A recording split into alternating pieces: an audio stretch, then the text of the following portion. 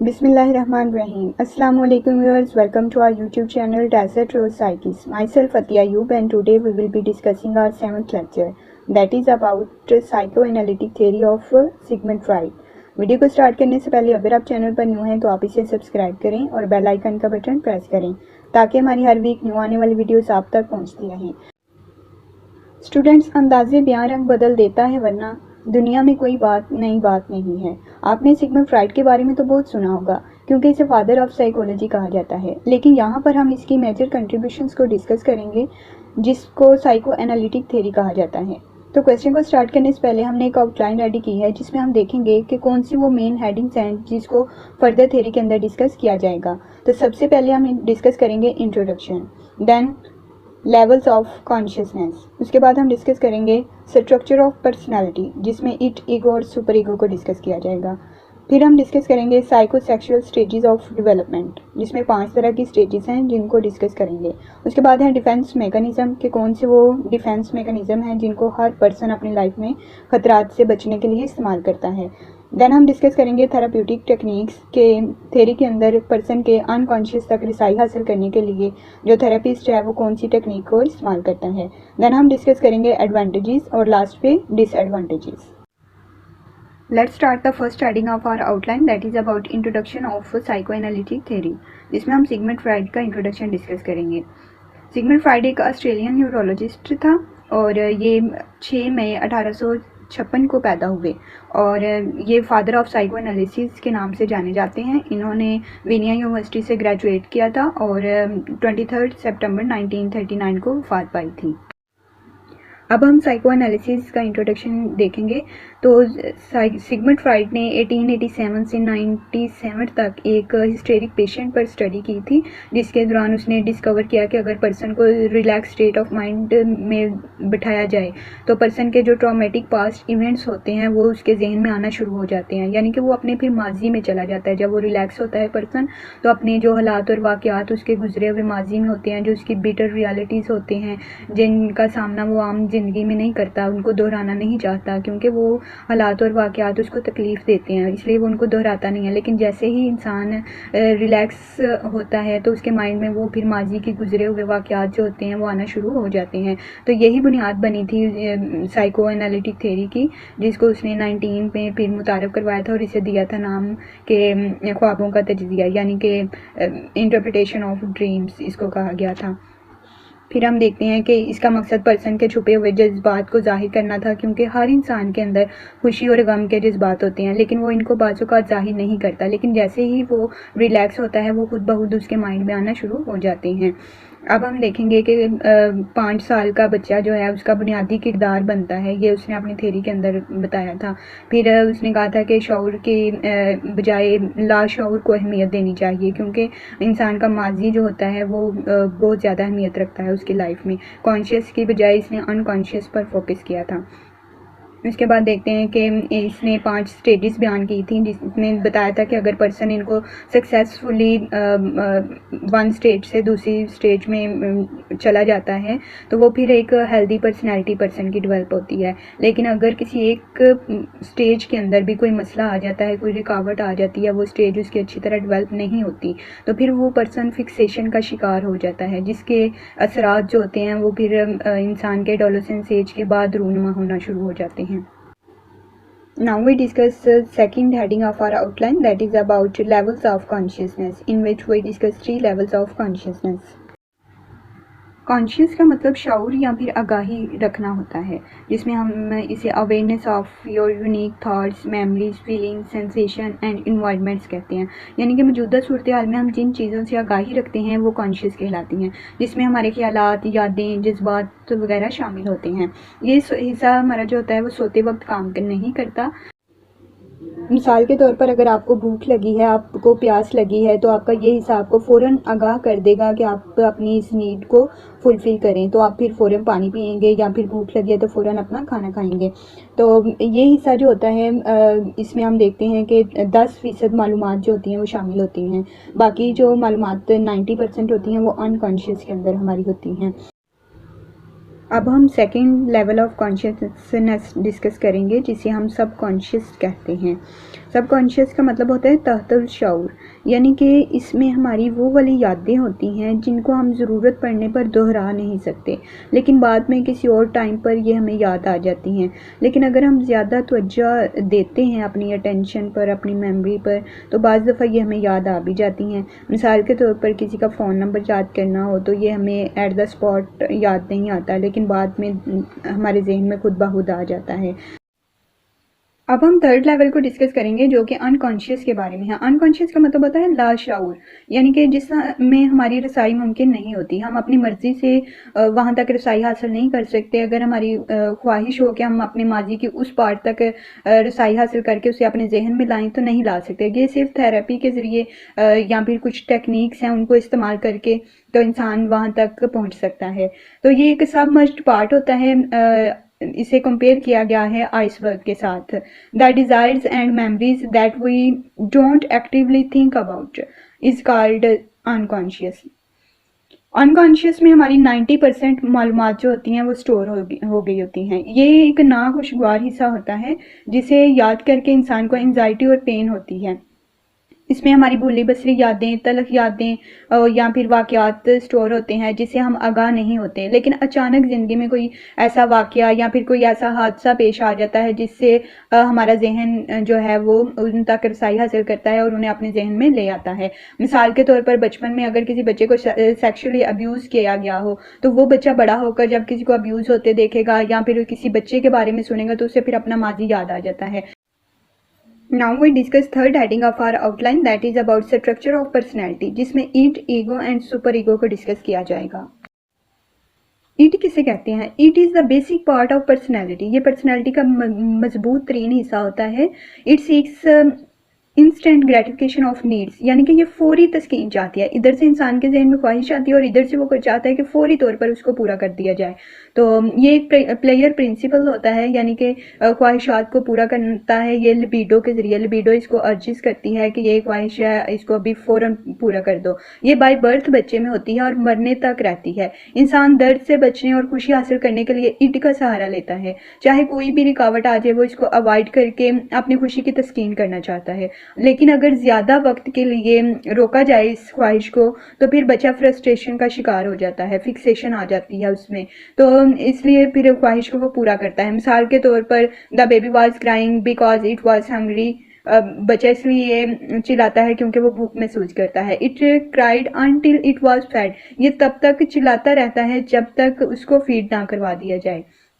या एक और हम मिसालें लेते हैं कि बच्चा क्लासरूम में बैठा हुआ है, उसको भूख लग गई है, तो वो टीचर से अगर परमिशन लेता है और टीचर कहती है कि नहीं आप ब्रेक टाइम अपना जो लंच है वो करेंगे, तो उसको परमिशन अगर नहीं मिलती लेकिन उसको भूख लगी हुई है, वो चाहता है कि फौरी मैं अपनी भूख को मिटाऊं, तो वो फिर टीचर से चोरी जो है वो अपना लंच बॉक्स खोलेगा और अपना जो लंच है वो करना स्टार्ट कर देता है। तो ये नहीं देखती कि ये लीगल तरीका है या फिर इलीगल तरीका है, ये जायज़ है हमारी ख्वाहिश या फिर नाजायज़ है, तो वो उसको बस पूरा करना चाहता है और फौरी चाहता है कि हमारी ख्वाहिश की तस्कीन मुमकिन हो जाए। ईट के बाद हम डिस्कस करेंगे ईगो को। Ego based on reality principle, यानी ये हकीकत पर मबनी होती है। ये इसमें सेकेंडरी प्रोसेस ऑफ थिंकिंग होता है। Everyone has an ego whether big or small, यानी कि हर एक के अंदर ईगो होती है, चाहे उसमें ज़्यादा हो या फिर कम हो। It work to satisfy the id's desires in manner that is realistic and socially appropriate, यानी कि ये उन ख्वाहिशात को पूरा करने की इजाज़त देती है जो कि समाजी तौर पर काबिल कबूल होते हैं।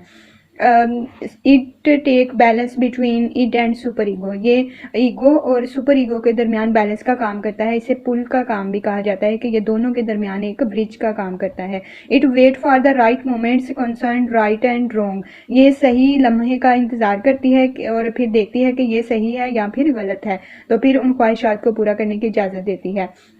According to Freud id is a horse while the ego is the rider, यानी कि ईट जो है वो एक घोड़े की मानद है जिसमें घोड़ा जो होता है वो दौड़ता जाता है, उसकी स्पीड बहुत ज़्यादा होती है, लेकिन ईगो जो है वो राइडर है, यानी उस पर सवार होने वाला शख्स है ego. The ego is like a man on horseback, जो कि घोड़े की पुश्त पर बैठा होता है। Who has to hold in check the superior strength of the horse, यानी कि राइटर जो होता है वो बेलगाम घोड़े को अपने काबू में रखता है। जब इड कहती है कि इस ख्वाहिश को अभी पूरा करो तो सुपर ईगो कहती है कि अभी ना करो, क्योंकि ये इन दोनों के दरमियान बैलेंस कायम करती है और कहती है कि ये राइट टाइम नहीं है या फिर ये सूटेबल टाइम नहीं है आपकी ख्वाहिश पूरा करने का।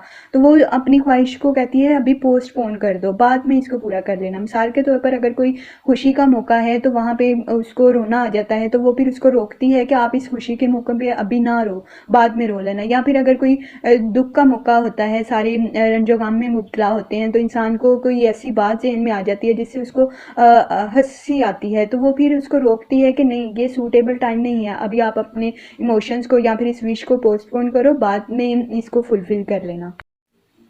ईड और ईगो के बाद हम डिस्कस करेंगे सुपर ईगो को। Super ego ideal rather than real, यानी कि ये हकीकत पर मबनी नहीं होती बल्कि ये का हमारा वहम होता है। It is based on morality, ये अखलाकियात पर मबनी होती है। Part of a person's mind और पर्सनैलिटी, यानी कि इंसान के जहन या फिर पर्सनैलिटी का एक ऐसा हिस्सा है जिससे ये सीखी हुई अखलाकियात या इक़दार के बारे में बताता है कि किस तरह आपने सोसाइटी में अपना बिहेवियर शो करना है। It provide the moral standard by which the ego operates, यानी ये हमारी ख्वाहिशात जो कि गलत होती हैं या फिर गैर इखलाकी होती हैं उनको रोकती है करने से। और अगर पर्सन ईड के कहने पर या फिर उसके ज़्यादा फोर्स करने पर उन ख्वाहिशात को पूरा कर लेता है तो ये फिर उसको सेल्फ क्रिटिसाइज करती है कि आपने ये अच्छा नहीं किया। मिसाल के तौर पर अगर एक बच्ची है जिसका नाम सारा है, वो दुकान पर जाती है और उसका दिल करता है केक खाने को, तो it wants to do that now, वो कहती है कि अभी इसी ख्वाहिश को पूरा करो।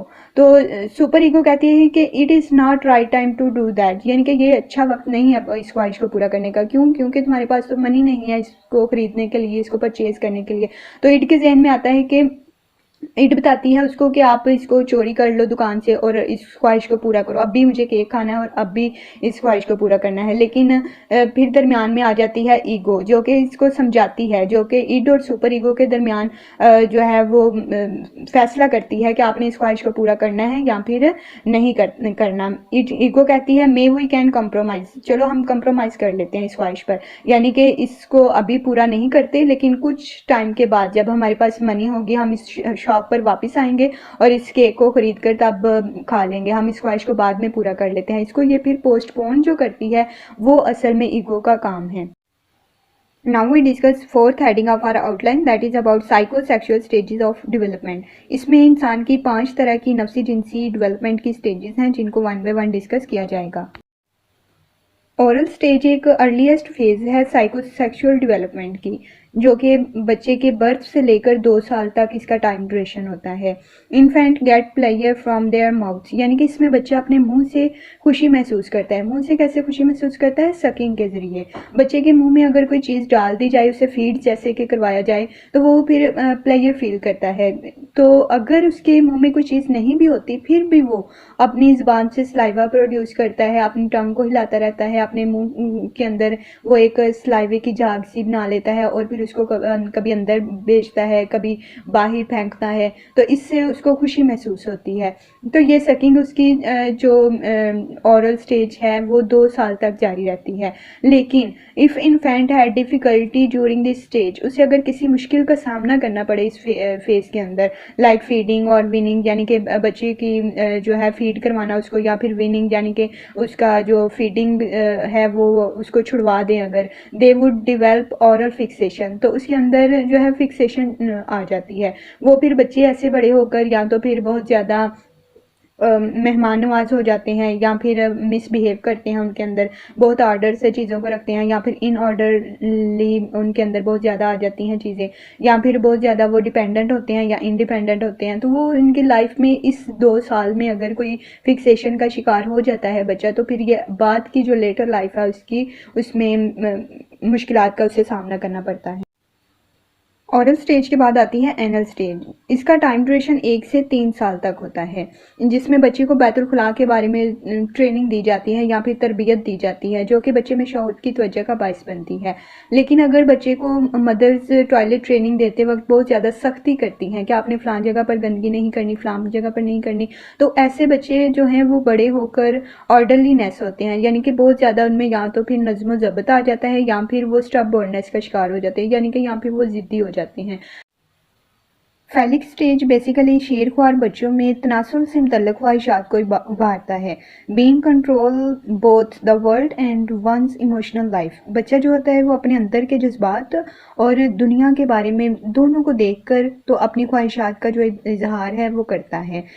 इसमें ऑडिपस कॉम्प्लेक्स और फिर इलेक्ट्रो कॉम्प्लेक्स आते हैं। ऑडिपस कॉम्प्लेक्स लड़कों में होता है, जिसमें लड़का जो है वो अपनी मदर से ज़्यादा अटैच होता है इस उम्र के अंदर। तो अगर वो अपनी मदर से किसी को बात करते हुए भी देख लेता है तो उसे जेलसी फील होती है कि ये मेरी मामा से बात क्यों कर रहा है या कर रही हैं। उसके बाद है इलेक्ट्रा कॉम्प्लेक्स। ये असल में लड़कियों में होता है और ये लड़कियों की अटैचमेंट होती है अपने फादर के साथ, यानी मेल्स के साथ उनकी ज़्यादा अटैचमेंट होती है। अगर ऐसी बच्चियों को रोक टोक की जाए उनसे बात करने से, लड़कों से, या फिर उनमें उठने बैठने से इनको मना किया जाए तो वो फिर फिक्सेशन का शिकार हो जाते हैं, जो कि बच्चों में एग्रेसिवनेस पैदा करती है, लो सेल्फ इस्टीम करती है, बच्चों में इज़्ज़त नफ्स की कमी आ जाती है, या फिर सेल्फ वर्थ नहीं होती बच्चों में, यानी उनको खुद की कदर नहीं होती बड़े होकर। अब हम डिस्कस करते हैं लेटेंसी स्टेज। लेटेंसी स्टेज में मुखालिफ सिमत में जो बच्चा कशिश महसूस कर रहा होता है 7 साल की उम्र में, वो उसको अब महसूस नहीं करता, बल्कि अपनी इसी एनर्जी को स्कूल के कामों में कन्वर्ट कर देता है, या फिर मुख्तलिफ़ किस्म की हॉबीज़ को अपना लेता है ताकि उस तरफ उसका ध्यान ही ना जाए। नेक्स्ट है हमारे पास जेनिटल स्टेज, जो कि 12 ईयर्स से लेकर अडल्टहुड तक होती है। जवानी की उम्र में दाखिल होता है बच्चा। इस वक्त मोहब्बत करता है, अपना कैरियर बनाता है, नई नई दोस्त बनाता है, फ्रेंडशिप दोस्तों के साथ करता है, सोशल सर्कल उसका ज़्यादा बन जाता है। इस उम्र में बच्चे को अंदर फिक्सेशन अक्कर नहीं होती, क्योंकि वो अपनी सारी जो एनर्जी है उसको पॉजिटिव वे में लेकर जा रहा होता है। Now we discuss fifth heading of our outline, that is about defense mechanisms. ज़िंदगी में हर पर्सन जो है वो डिफेंस मेकनिज़म्स का इस्तेमाल करता है। डिफेंस मेकनिज़म असल में शख्स को अंदरूनी तनाज़ात और बैरूनी दबाव से मुतल्लिक इज़्तिराब पैदा करने वाले ख्यालात और एहसासात से बचाने के लिए काम करता है। रिप्रेशन का मतलब होता है दबा लेना, यानी इसमें कोई भी फ़र्द जो है वो अपनी अनप्लेजेंट मेमोरीज़ को, feeling of guilt and anxiety को, या फिर पेनफुल एक्सपीरियंसेस को अपने अनकॉन्शियस माइंड के अंदर दबा लेता है, उनका इजहार नहीं करता खुल के। मिसाल के तौर पर ऑडिपस कॉम्प्लेक्स में जब एक लड़का अपनी मदर के साथ इमोशनली अटैच होता है बहुत ज़्यादा उसे, लेकिन वो मोहब्बत का इजहार अपनी मदर से नहीं करता, क्योंकि उसे खौफ होता है कि मुझे डांट ना पड़ जाए। नेक्स्ट है हमारे पास डिस्प्लेसमेंट, जिसका मतलब होता है नकल मकानी करना, यानी एक जगह से दूसरी जगह हिजरत करना, दूसरी से तीसरी जगह हिजरत करना।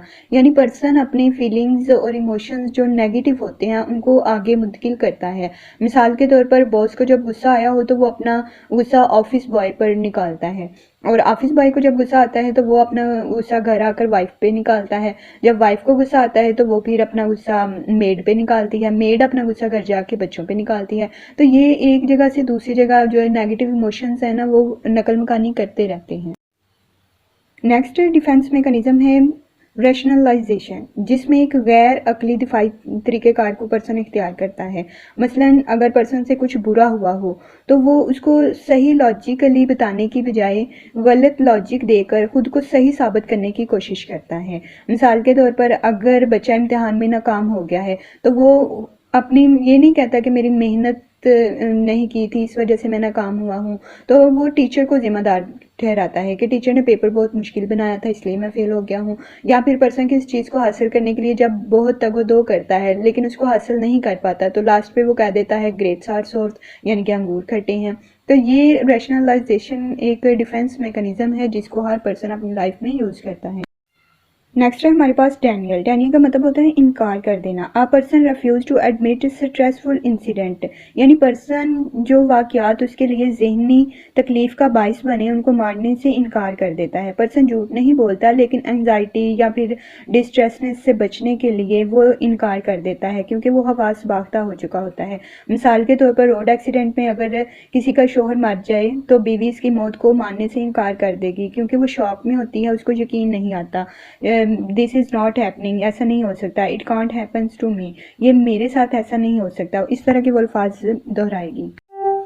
नेक्स्ट है हमारे पास रिग्रेशन, इसका मतलब है टू मूव बैक, यानी कि पर्सन माजी में जाना चाहता है। पर्सन अपने माजी में जाके उन वाक़यात को याद करता है जो कि उसके लिए खुशी का बायस बनते हैं, और या फिर वो फिर बच्चों जैसी हरकतें करता है, जैसे कि क्राइंग, रोता है, शाउट एट वंस, चिल्लाता है, नेल बाइटिंग करता है, या फिर चीज़ों को इधर उधर फेंकता है। तो ये सब हरकतें वो बच्चों जैसी इसलिए करता है ताकि किसी न किसी तरीके से अपने पेनफुल जो इमोशंस हैं उनसे छुटकारा हासिल कर सके।